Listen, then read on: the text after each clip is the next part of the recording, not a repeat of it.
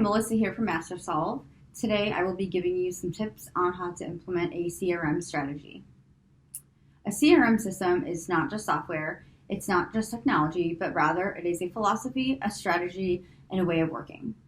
However, to have a successful strategy, you can't just say, let's use a CRM.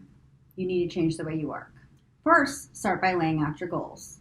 What do you want to achieve? Consider how your CRM will complement your business plan and create a strategy to suit.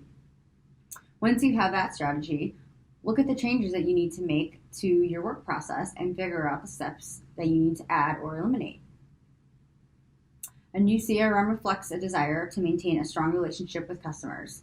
Make a dedication to change your approach and even the way you think to reap the most benefits from your CRM.